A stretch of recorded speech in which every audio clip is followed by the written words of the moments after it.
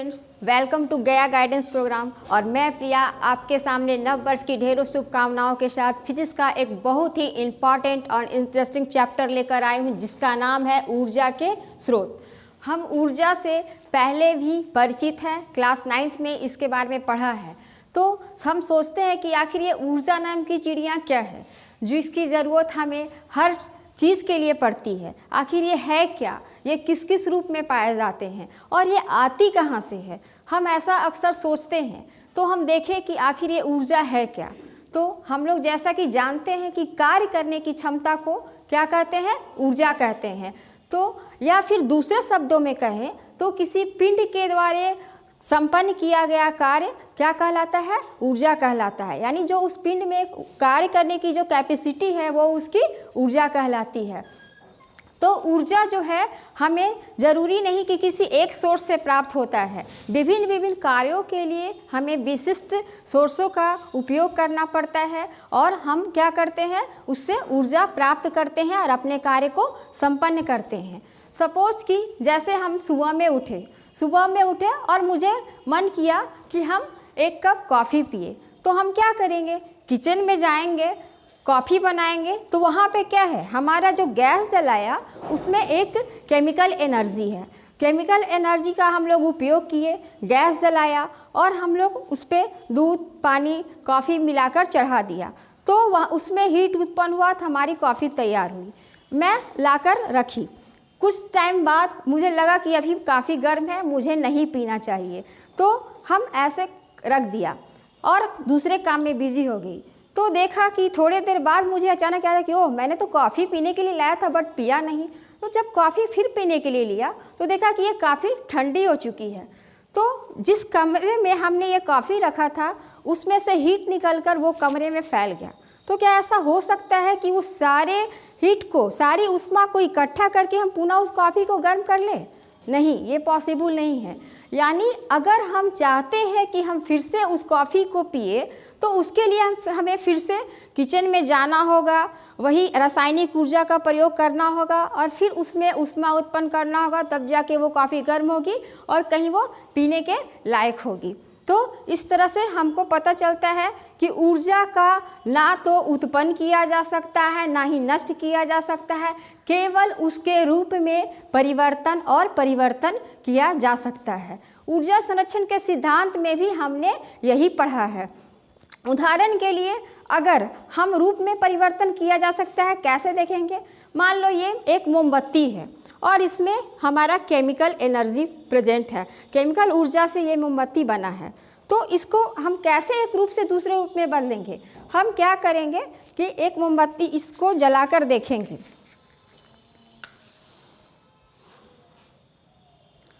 अब क्या हुआ, जैसे ही हमने इस मोमबत्ती को जलाया तो इसमें क्या हुआ, ऊष्मीय ऊर्जा का विकास हुआ और उसके बाद ये प्रकाशीय ऊर्जा में फैल गया। तो इससे क्या पता होता है कि हमारी जो केमिकल एनर्जी थी उसको हमने क्या किया, ऊष्मीय ऊर्जा में बदला और उसके बाद प्रकाशीय ऊर्जा निकला। उसके बाद कुछ अन्य प्रोडक्ट्स भी निकलेंगे। यानी जब तक ये मोमबत्ती बुझेगी तो धुएं के रूप में हो सकता है वो CO2 भी हो सकता है, वो कार्बन मोनोऑक्साइड भी हो सकता है। लेकिन अगर जैसे ही इस मोमबत्ती को ख़त्म किया होता है तो हम चाहें कि फिर से ये मोमबत्ती बन के तैयार हो जाए तो ये पॉसिबल नहीं है। यानी ऊष्मीय ऊर्जा, प्रकाशीय ऊर्जा और अन्य उत्पाद से मिलकर हम फिर से इसको बना दें, ये पॉसिबल नहीं है। तो इन सब चीज़ों से प्रूव होता है कि ऊर्जा को ना तो उत्पन्न किया जा सकता है ना नष्ट, ही केवल और केवल इसके रूप में परिवर्तन किया जा सकता है। तो ऊर्जा जो है विभिन्न रूपों में पाया जाता है, उसके बहुत सारे रूप हैं। जैसे कि रासायनिक ऊर्जा, आपका रासायनिक ऊर्जा हो गया। उसके बाद आपका यांत्रिक ऊर्जा। यांत्रिक ऊर्जा हम जब भी बोलते हैं तो उसका मतलब गतिज ऊर्जा और स्थितिज ऊर्जा होता है। ऊष्मीय ऊर्जा, प्रकाशीय ऊर्जा, विद्युत ऊर्जा, नाभिकीय ऊर्जा और पेशीय ऊर्जा, और भी बहुत सारी ऊर्जाएं हैं। जैसे मुझे स्कूल जाना है, स्कूल जाने के लिए मैं क्या करती हूँ, साइकिल का प्रयोग करती हूँ। तो उस समय मुझे कौन सी एनर्जी चाहिए, उस समय हमारे पेशीय एनर्जी की ज़रूरत होती है, तभी जाके हम साइकिल चलाते हैं और अपने स्कूल तक पहुँचते हैं। तो इस तरह से पता चलता है कि ऊर्जा के विभिन्न रूप हैं। अब सोर्स, अब ये ऊर्जा आखिर आता कहाँ से है? तो हम लोग सभी जानते हैं कि सूर्य जो है ऊर्जा का विशाल, बहुत ही विशाल स्रोत है, जो लगभग 5 लाख अरब वर्ष पहले से हमें एनर्जी को दे रहा है और आगे भी आने वाले 5 लाख वर्षों तक ये हमें उसी तरह एनर्जी प्रदान करेगा। ये बिल्कुल निःशुल्क है, इसके लिए हमें कोई भी कॉस्ट देना नहीं पड़ता है। इस सूर्य से ही लगभग इस एटमॉस्फेयर में, वायुमंडल में विभिन्न रूपों में जिनको जितनी एनर्जी की ज़रूरत होती है वो उस एनर्जी को प्राप्त करते हैं। तो सूर्य क्या है? ऊर्जा का बहुत बड़ा स्रोत है। लेकिन हर चीज़ के लिए हम सूर्य पे ही डिपेंड नहीं है। जैसे हमें खाना बनाना है तो खाना बनाने के लिए हम किसी दूसरे स्रोत से ऊर्जा को प्राप्त करते हैं, क्योंकि ईंधन के रूप में वो दूसरे सोर्स में हुआ। हम लोग भोजन करते हैं तो हमारे शरीर को भी ऊर्जा की ज़रूरत होती है। तो उस भोजन में जो मौजूद है वो भी जो भी हो, कार्बोहाइड्रेट्स हो, प्रोटीन्स हो, वो सभी हम क्या करते हैं? ऊर्जा के रूप में लेते हैं और हम उसको ये ग्रहण करते हैं, तब जाके हमें एनर्जी महसूस होती है। तो ऊर्जा कार्य करने की क्षमता को कहा गया है, ऊर्जा के रूप हमने बता दिए।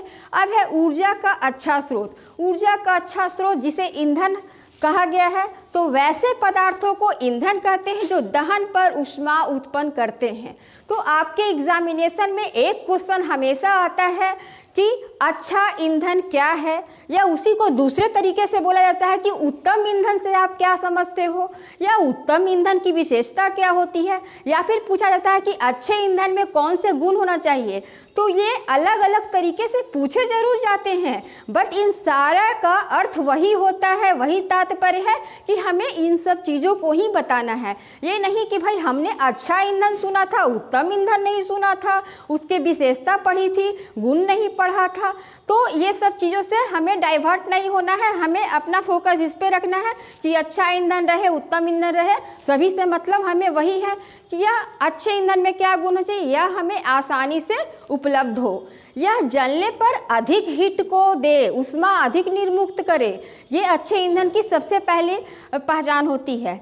दूसरी बात, इसका परिवहन आसानी से हो जा सके, इसका भंडारण भी, यानी हम इसको इजीली रख सके अपने घर में, ताकि हम उसको ईंधन के रूप में प्रयोग करें, हमें ज़्यादा जगह की ज़रूरत नहीं हो।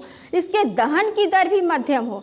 दहन की दर मध्यम होने का मतलब ये है कि ये मध्यम प्रकार से जले और हमें काफ़ी मात्रा में हीट दे, ताकि हमारा भोजन ही पका रहे हैं और अगर बहुत सारा ईंधन हम दे दें और पता चला कि मेरा खाना भी नहीं बना, तो वो अच्छे ईंधन में नहीं गिना जाएगा। अच्छे ईंधन का मतलब है कि उसकी मात्रा कम हो और उससे जो हीट निकले वो काफ़ी ज़्यादा हो, ताकि हम जो चाहते हैं करना वो काम पूरा हो सके। तो ये सारे अच्छे ईंधन की पहचान है। लाने ले जाने में जिसको सुविधा हो, तो हमारे जो देश भारत में LPG है, लिक्विड पेट्रोलियम गैस, जो हमारा पसंदीदा ईंधन है। क्यों? इसलिए कि इसको रखना, इसको परिवहन करना काफ़ी आसान है, ये सस्ता भी है।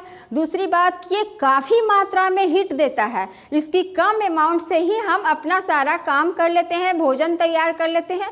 अगर 4-5 लोग घर में हैं तो एक सिलेंडर से हमारा पूरा मंथ भी चल सकता है। इसमें वो सारे गुण मौजूद है जिसके कारण ये हमारे इंडिया में काफ़ी पसंदीदा है। और आजकल तो इंडिया के शहरी क्षेत्रों में नहीं, गाँव में भी लोगों का पसंदीदा बन गया है। LPG का प्रयोग सब लोग करने लगे हैं। अब आता है ऊर्जा के परंपरागत स्रोत। अक्सर स्टूडेंट्स एग्जामिनेशन हॉल में सोचते हैं कि आखिर ये परंपरागत स्रोत क्या है, और वो भी ईंधन में। ऐसा तो हम लोग नहीं सुने, हम लोग और जब सुने हैं कि ये ड्रेस है तो ये है, लेकिन ईंधन के बारे में तो नहीं सुना। बहुत कंफ्यूज होते हैं। बट मैं बताना चाहूँगी कि हम अब थोड़ा सा अपने माइंड पे जोर दें तो परंपरागत स्रोत अगर बोलता है ईंधन का, तो ऐसे ऊर्जा के जिन स्रोतों का इस्तेमाल एक लंबे अरसे से किया जा रहा है उन्हें परंपरागत स्रोत कहते हैं। उदाहरण के लकड़ी, कोयला, पेट्रोलियम, पवन ऊर्जा, पनबिजली आदि और भी हो सकते हैं। इनका जो उपयोग हो रहा है वो लंबे अरसे से हो रहा है, पुराने ज़माने से हो रहा है।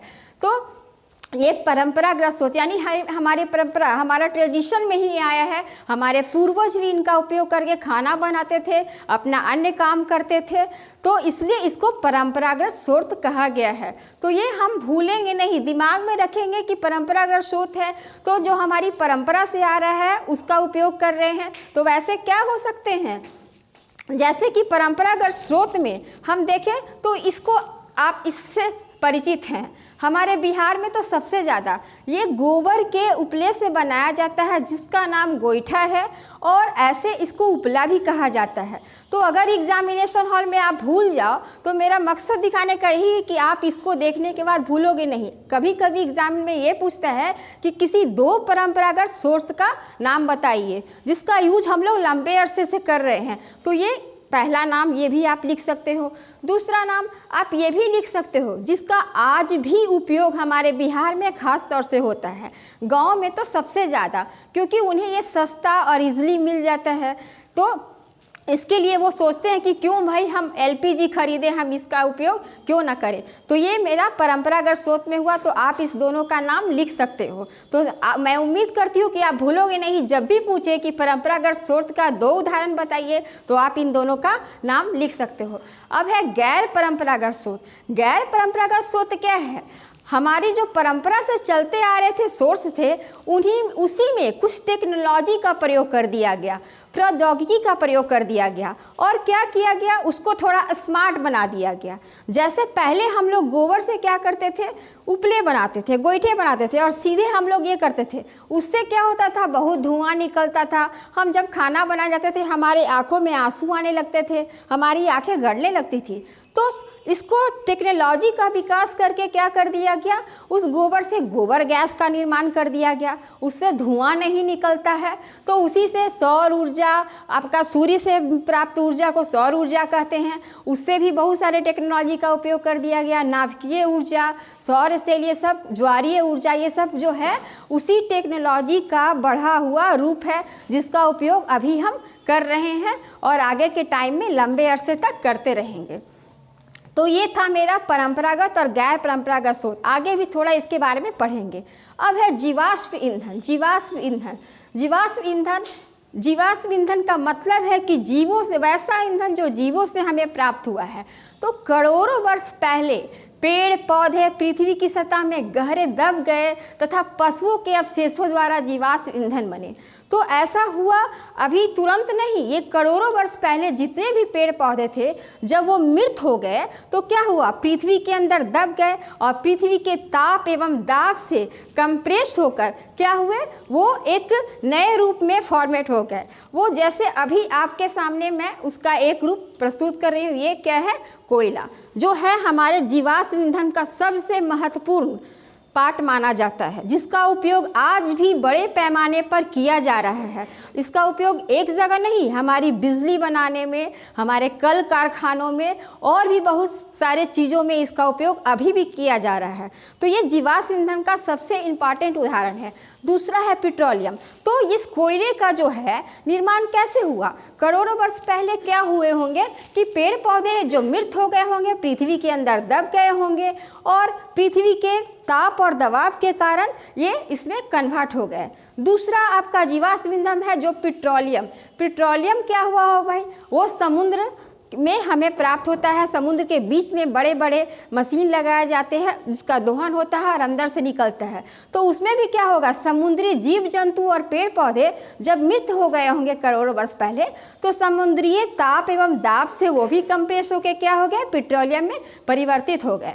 तो कोयला जो है, यहाँ पे एक चार्ट है, आप देख रहे हो कि कोयला सबसे ज़्यादा उपयोग होने वाला है हर चीज़ में। यानी जीवाश्म ईंधन में सबसे ज़्यादा अगर उपयोग होता है तो उसमें कोयले का पहला स्थान है, जो देख रहे हो आप इस चार्ट के द्वारा। यानी इतना जो उपयोग हो रहा है ये मेरा सिर्फ कोयला में हो रहा है, कोयले से हो रहा है, प्राप्त किया जा रहा है। दूसरा पेट्रोलियम और प्राकृतिक गैस, ये वाला जो पोर्शन है वे आपको पेट्रोलियम और प्राकृतिक गैस का यूज करके जीवाश्म ईंधन में प्रयोग होता है।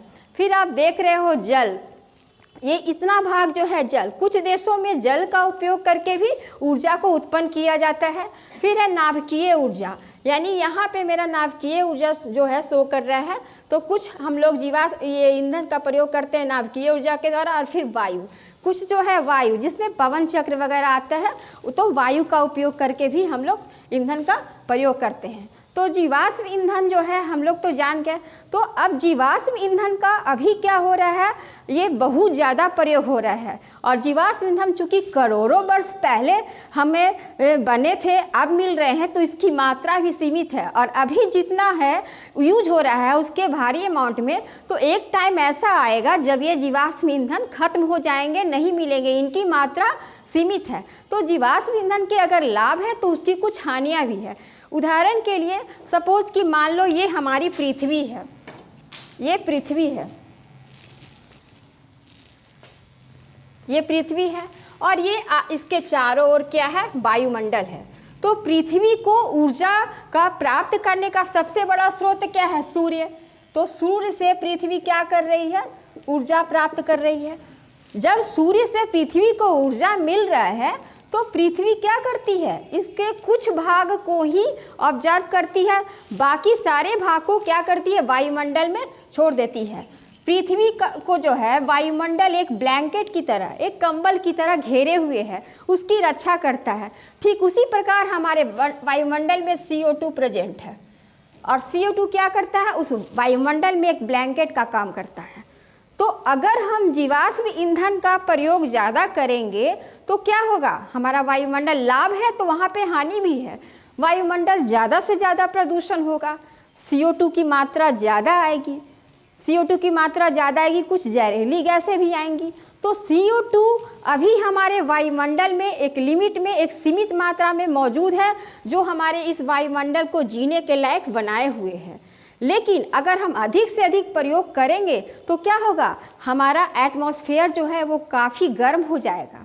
अभी हमें जितनी गर्मी चाहिए, इस पृथ्वी पे रह रहे जीवों को जितनी गर्मी चाहिए उतना इस CO2 दे रहा है, लेकिन धीरे धीरे अगर इसकी मात्रा बढ़ जाए तो क्या होगा, पृथ्वी बहुत ही गर्म और गर्म हो जाएगी, वायुमंडल बहुत ही गर्म और गर्म हो जाएगा, और एक टाइम आएगा जब हम ग्लोबल वार्मिंग के चपेट में आ जाएंगे।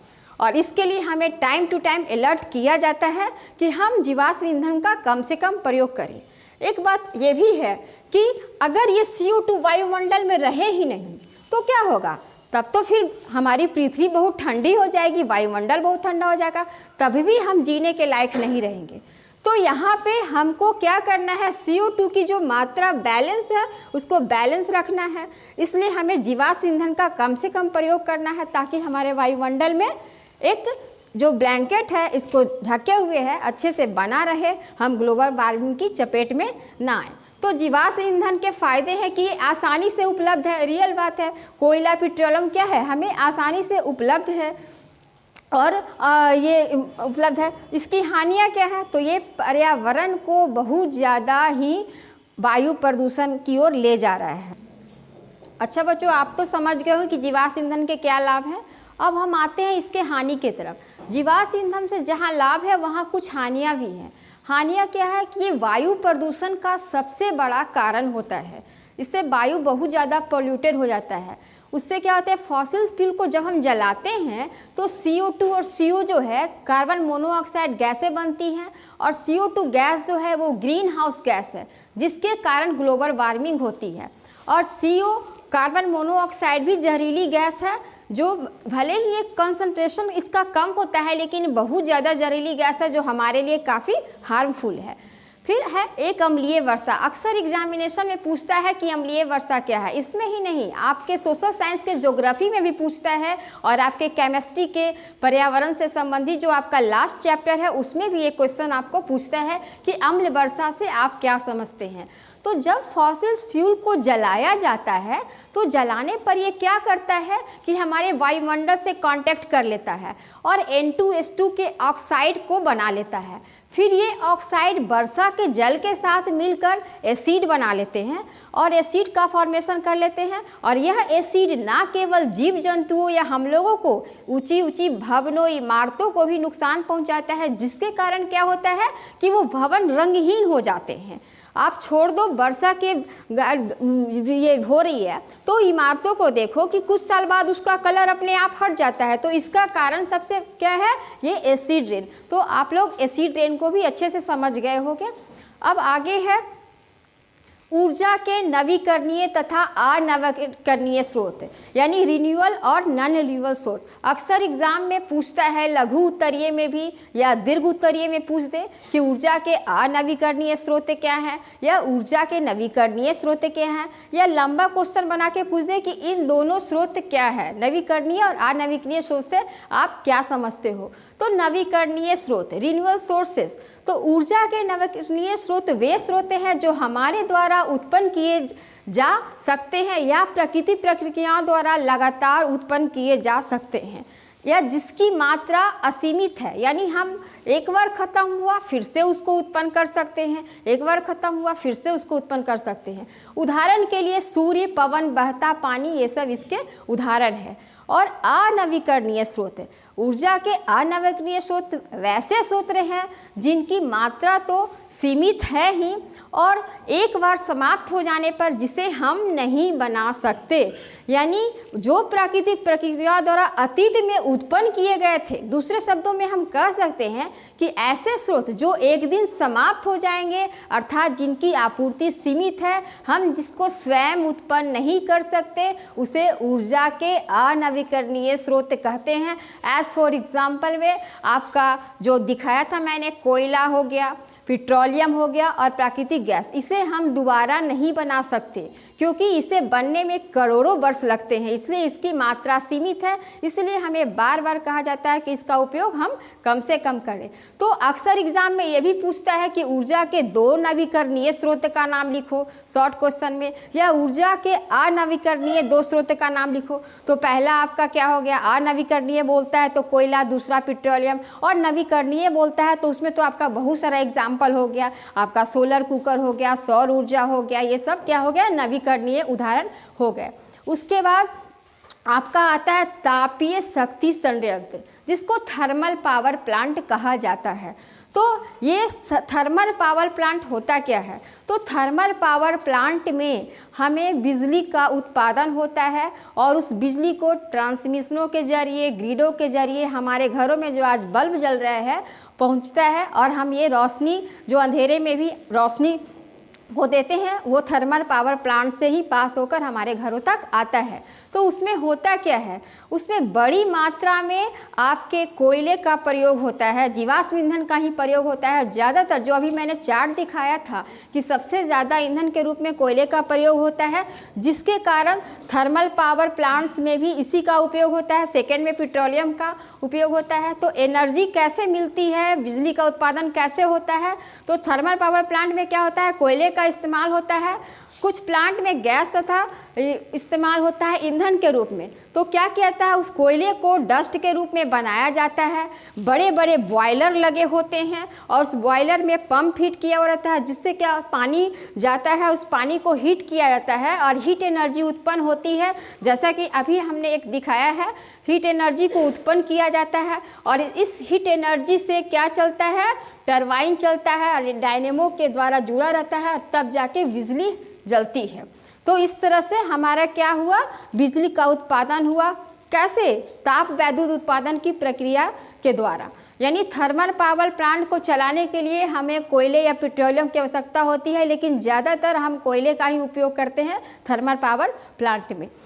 अब आ गया जल शक्ति संयंत्र, जो अक्सर आपके एग्ज़ाम में आता है और आपके ज्योग्राफी में भी ये बहुत इम्पॉर्टेंट है और वहाँ भी ये क्वेश्चन पूछता है कि जल शक्ति संयंत्र से क्या करते हैं।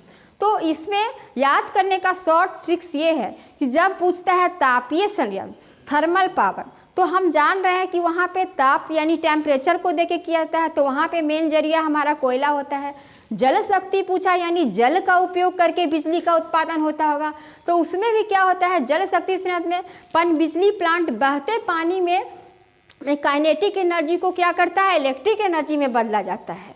और इसके लिए क्या होता है, नदी के मार्ग में बड़े बड़े डैम बनाए जाते हैं, बांध बनाए जाते हैं और फिर विशाल हौज बनाया जाता है। सपोज कि मान लीजिए कि ये हमारा नदी है, ये नदी है। अब बड़े बड़े डैम ऐसे बना के नदी के पानी के प्रवाह को, फ्लो को रोका गया और ये बड़े बड़े हौज बनाए जाते हैं। हौज में क्या होता है, पानी भरा रहता है और इसको एक पाइप के जरिए, पाइप में बहुत ज़्यादा फ्लो होता है, तब क्या होता है, हीट एनर्जी को उत्पन्न किया जाता है और इससे हमारा टरबाइन चलता है, तब जनित्र से जुड़ा हुआ है, तब हमारा क्या होता है, यहाँ पे बिजली का फॉर्मेशन होता है। तो इस तरह से हम देख रहे हैं कि जल विद्युत द्वारा भी कैसे बिजली बनती है। तो ट्रिक वही है, क्या किया जाता है, हीट एनर्जी उत्पन्न किया जाता है, टरबाइन चलता है, जनित्र से ऐड रहता है और बिजली बनती है। इसलिए भूलने का सवाल नहीं है, दिमाग में इस बात को सेट करो कि हमेशा हीट एनर्जी उत्पन्न किया जाएगा, उससे टरबाइन चलेगा और फिर बिजली का फॉर्मेशन होगा। इस बात को दिमाग में रखोगे तो आप भूलोगे नहीं और एग्ज़ाम में उसको अच्छे तरीके से लिख दोगे। अब जल विद्युत के लाभ, तो यह ऊर्जा का नवीकरणीय स्रोत है जो प्रदूषण मुक्त है, इसमें पॉल्यूशन नहीं होता है। अन्य शक्ति संयंत्रों की तुलना में जल विद्युत उत्पादन की कीमत भी कम होती है। जल विद्युत में ज़्यादा कॉस्ट नहीं लगता है, कम पैसे में ही हम उसका उपयोग कर सकते हैं। फिर जल विद्युत संपन्न करने के लिए बनाए गए बाढ़ नियंत्रण और सिंचाई में भी सहायक होते हैं। जब हम डैम बनाते हैं तो कभी कभी वर्षा अगर नहीं होती है तो हम क्या करते हैं कि वो डैम के पानी से भी हम क्या करते हैं, खेतों में सिंचाई का काम करते हैं। फिर है जल विद्युत की हानियाँ, जब जहाँ ज़्यादा फायदे हैं तो वहाँ कुछ कुछ हानियाँ भी होती है। जब बड़े बांध बनाने के लिए एक बड़ी आबादी को बेघर करना पड़ता है, अब हमको बड़ा सा डैम बनाना है तो क्या करना पड़ेगा, एक बहुत बड़े क्षेत्र को खाली करवाना पड़ेगा, वहाँ पे लोगों का निवास ना रहे, ताकि जब हम बांध बनाते हैं तो ज़्यादा पानी इकट्ठा करने के लिए वो किया जाता है, पानी के फ्लो को रोकने के लिए। तो उससे क्या होता है, बहुत लोग बेघर हो जाते हैं, उनका निवास स्थान बदल जाता है, जिससे क्या होता है कि उनके जीवन शैली में काफ़ी परिवर्तन हो जाता है और वो उनको काफ़ी महंगा पड़ता है। दूसरा, जैव विविधता संकट में आ जाती है। अब बहुत बड़ा एरिया खाली कर दिया गया तो जाहिर सी बात है कि हम दूसरे जगह जाएंगे तो हो सकता है यहाँ जो चीज़ हमें कम पैसे में मिल रही थी वहाँ ज़्यादा पैसे में मिले, यहाँ का एटमॉस्फेयर ज़्यादा अच्छा था, वहाँ का नहीं हो, तो इससे भी जैव विविधता में संकट आ जाता है। फिर जलमग्न वनस्पति जो है, जहाँ पे पूरा एरिया पानी से भरा होता है, तो कुछ अनावश्यक शर्तों यानी ऑक्सीजन के एब्सेंट में कुछ ऐसे बना लेते हैं और वो सड़ जाते हैं, जिसके कारण CH4 मेथेन गैस का बहुत मात्रा में फॉर्मेशन होता है। और मेथेन गैस जो है ग्रीन हाउस गैस है, जिसके कारण ग्लोबल वार्मिंग भी होता है। तो ये सब हानियाँ हैं जल विद्युत संयंत्र लगाने से। अब आगे है आपका परंपरागत स्रोत, जो थोड़ी देर पहले भी मैंने बताया था कि परंपरागत स्रोत, अभी आपको बताया कि परंपरागत स्रोत जैसे आपका ये गोईठा हो गया, लकड़ी हो गया, जान रहे हो मैं बार बार इसलिए बोल दे रही हूँ कि आप दिमाग में सेट कर लो। तो उसी स्रोत को टेक्नोलॉजी के द्वारा कुछ सुधार करके कुछ चीज़ों में कन्वर्ट किया गया। जैसे परंपरागत ईंधन का एक अन्य उदाहरण क्या है, गोबर, जो इजली हमें मौजूद है। तो पहले गोईठे के फॉर्म में हम करते थे, उससे कुछ हानियाँ भी होती थी। अब हम उसको गोबर गैस के रूप में, बायोगैस के रूप में ले आए हैं। तो गोबर गैस प्लांट बना दिए हैं, जिसमें क्या होता है, धुआं नहीं निकलता है, हमारा खाना भी बन जाता है और घरों की रोशनी भी करने के लिए गांव में उसका उपयोग किया जाता है। तो गोबर गैस प्लांट क्या होता है, गोबर गैस प्लांट में एक डाइजेस्टर होता है, एक गुंबद होता है, जिसका ऊपरी हिस्सा एक गुंबद के आकार का होता है। अभी नीचे एक फिगर आएगा। तो गुंबद के आकार का होता है। गोबर और फॉर्म वेस्ट को पानी के साथ मिलाकर, जिसको स्लैरी कहते हैं, उस डाइजेस्टर में पाइप के द्वारा डाला जाता है और वो डाइजेस्टर जो होता है वो बिल्कुल एयर टाइट होता है, वहाँ पे ऑक्सीजन प्रेजेंट नहीं होता। तो क्या करता है, जब देखिए ये डाइजेस्टर है आपका, ये डाइजेस्टर है, ये गुंबद के आकार की टंकी बनाई जाती है। तो ये जो टंकी बनाई जाती है, इसमें क्या किया जाता है, गोबर और पानी का गाढ़ा मिश्रण डाला जाता है, यहाँ से आ रहे हैं और इस डाइजेस्टर में जा रहा है। ये ऐसा एक बंद टाइप का है जिसमें ऑक्सीजन जो है बिल्कुल ही एब्सेंट है, ऑक्सीजन का प्रेजेंट है ही नहीं। उसके बाद ये जो डाइजेस्टर है, जिसको पाचित्र भी कहा जाता है, इसके ऊपर गैस टंकी होती है। तो जब इसमें ऑक्सीजन एब्सेंट है तो जैसे ही गोबर की स्लरी इसमें डाली जाती है तो इसमें अनऑक्सी जीवाणु, सूक्ष्म जीवाणु जो होते हैं, वो क्या करते हैं, की अभिक्रिया करके गैस का फॉर्मेशन करते हैं, जिसमें आपका CH4 हो गया, आपका N2 हो गया, CO2 हो गया, ये सारे इस टंकी में यहाँ पे जाके जमा होते हैं। ये एक बॉक्स बना रहता है। उसके बाद क्या होता है, ये एक पाइप से जोड़ दिया जाता है। जैसे हमारे घरों में रेगुलेटर लगा रहता है, जब हम उस रेगुलेटर से क्या करते हैं, LPG का उपयोग करते हैं, तो जब यूज करना है रेगुलेटर खोल दिया, जब नहीं करना है तो रेगुलेटर बंद करते हैं। तो वैसे ही इसमें भी एक रेगुलेटर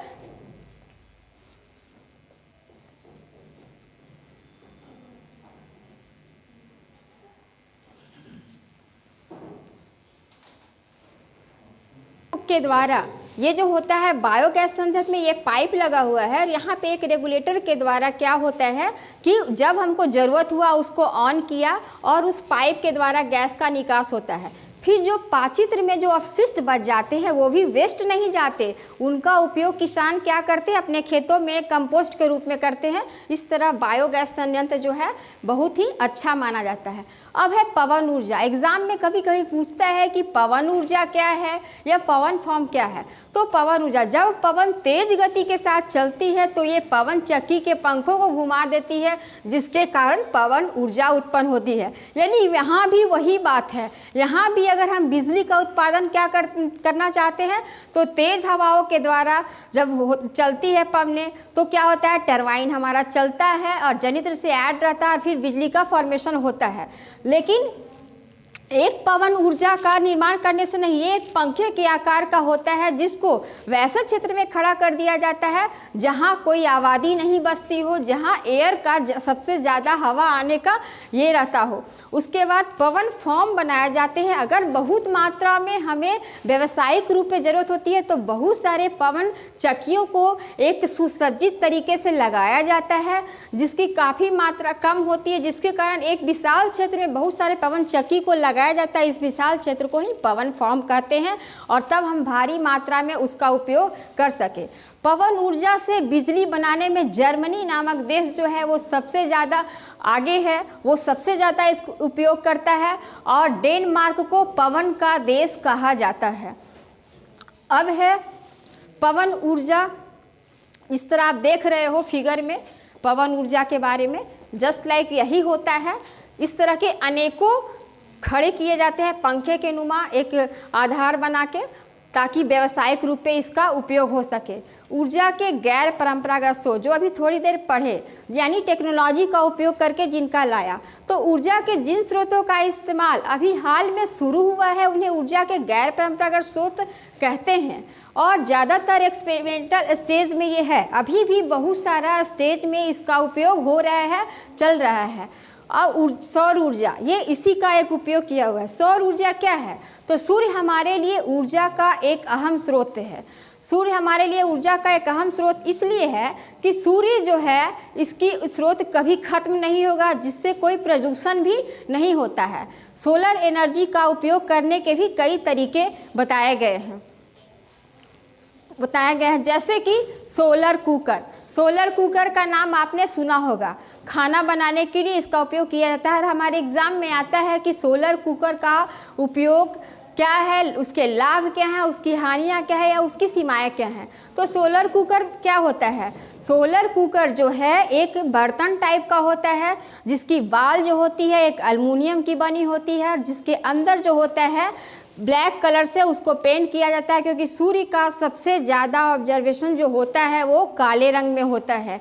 तो सोलर कुकर में एक बार में 3 से 4 टाइप का खाना हम बना सकते हैं, और वो अवतल दर्पण उसमें लगा रहता है। और अवतल दर्पण के बारे में हम लोग जानते हैं कि जब मुख्य अक्ष के समानांतर कोई किरण पास करती है तो एक बिंदु पे आके मिलती हैं, तो सूर्य की जो भी किरणें उस बर्तन में पास करती हैं तो एक बिंदु पे आके मिलती है, जिससे हमारा खाना जल्दी बन जाता है।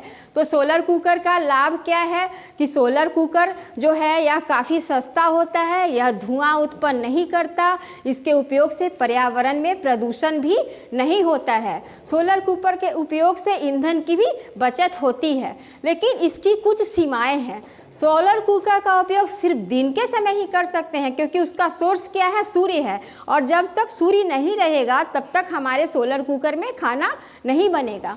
उसके बाद है, सिर्फ यह गर्म वायु वाले क्षेत्र में ही इसका उपयोग प्रभावकारी तरीके से किया जाता है। गर्म क्षेत्र है वहाँ ही सोलर कुकर का उपयोग हम कर सकते हैं। और हाँ, इसकी सीमाएं भी हैं, यानी सोलर कुकर कि ऐसे जगह पे जहाँ सौर कुकरों की सीमित उपयोगिता है, क्योंकि यहाँ पे सौर ऊर्जा की उपलब्धता दुर्लभ होती है। जहाँ पे सूर्य का सोर्स आने का कम है वहाँ पे हम सोलर कुकर का उपयोग नहीं कर सकते हैं।